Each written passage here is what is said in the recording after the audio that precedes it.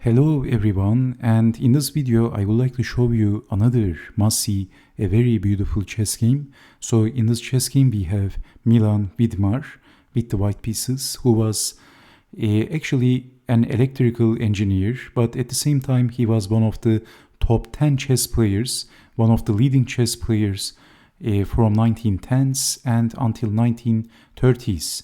So his opponent Max Euwe, on the other hand, needs no introduction. If you know a little bit about the chess history, you know who Max Euwe is. He was the 5th official world chess champion.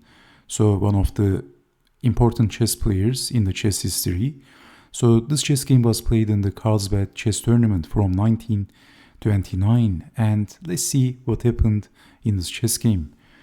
Milan Vidmar, who had the white pieces, starts the game with d4, knight to f6, knight to f3, and we have g6. So this is the neo-King's Indian defense. So bishop to g5, and this is the Torre attack. Bishop to g7, knight from b to d2, c5, e3, pushing the pawn, so Fianchetto, the bishop, is the idea. Bishop to b7, and white castled, h6, bishop to f4. So white's position reminds us the London system. d6, c3, knight to h5, and then queen to b3, capturing and damaging the pawn structure, and Max Euwe castled, rook over, knight up, bishop back, capturing the pawn, and then pushing the pawn. So knight to e4, knight to e7, queen to a3, attacking the d-pawn, and black is defending knight to f5. Rook to d2, so doubling the rooks is the idea. Queen to e7, and knight goes back, so Max Euwe captured the knight, and then f takes on g3, and potentially white is going to open the f file. So rook from f to c8, and then g4, rook to c7, f5, so white is opening the f file potentially, capturing the pawn, and black is closing, of course. If capturing the pawn, that is going to damage the pawn structure, and then bishop takes, and it weakens the king side.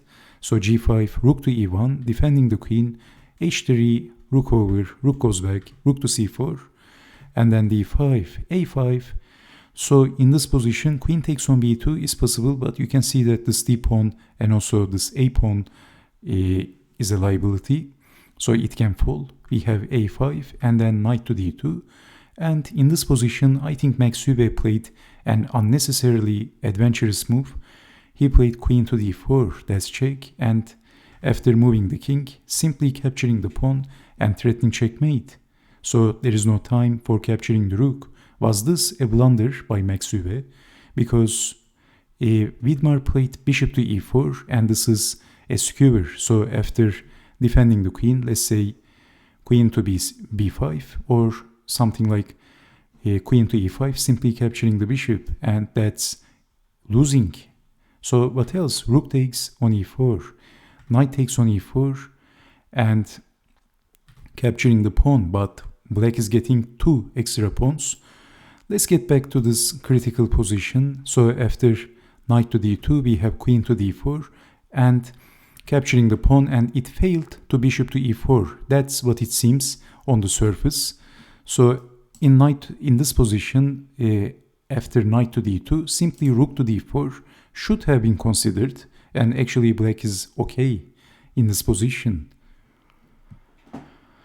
So we have this, and black is losing some material, and now white played knight takes on e6, forking the queen and the rook, but it is black to move.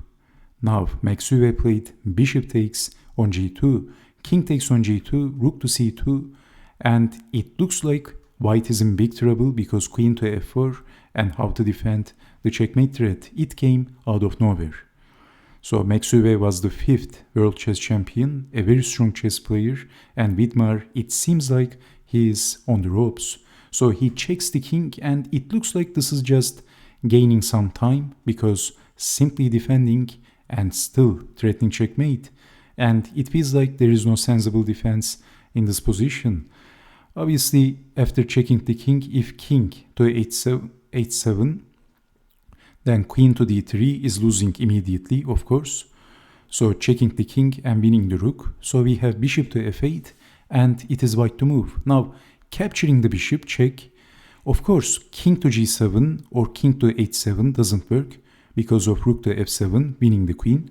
So we have king takes on f8, checking the king, knight to f5, and closing, controlling important escape squares. King to g8, of course, and if, of course, Euwe didn't want to play this because this is getting checkmated in one move. So after knight to f5, we have king to g8, and it looks like there is no escape for white. Because if you check the king with the rook, then king is escaping, and it looks like there is no checkmate. What would you do in this position if you had the white pieces? The tables are turned. The hunter is getting hunted. Queen to f8 by Milan Vidmar. Unbelievable. And Max Euwe resigned. This is the equivalent of a knockout in chess. So this is the only possible continuation. Actually, of course, if king to h7, then queen to g7 is getting checkmated. So king takes queen is the only move, or king to h7, but this is also getting checkmated to rook to d8. Checkmate. Anastasia's checkmate.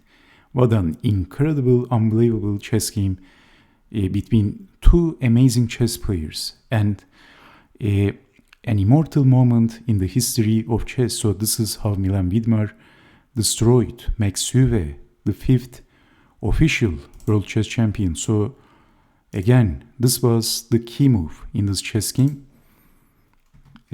Check, and then rook takes on f8, and checking the king like this is very important. Knight to f5, so that the knight is covering the escape squares, and then queen sacrifice, and Max Euwe resigned because of this. So thank you so much for watching, and I hope to see you next time. Take care and bye bye.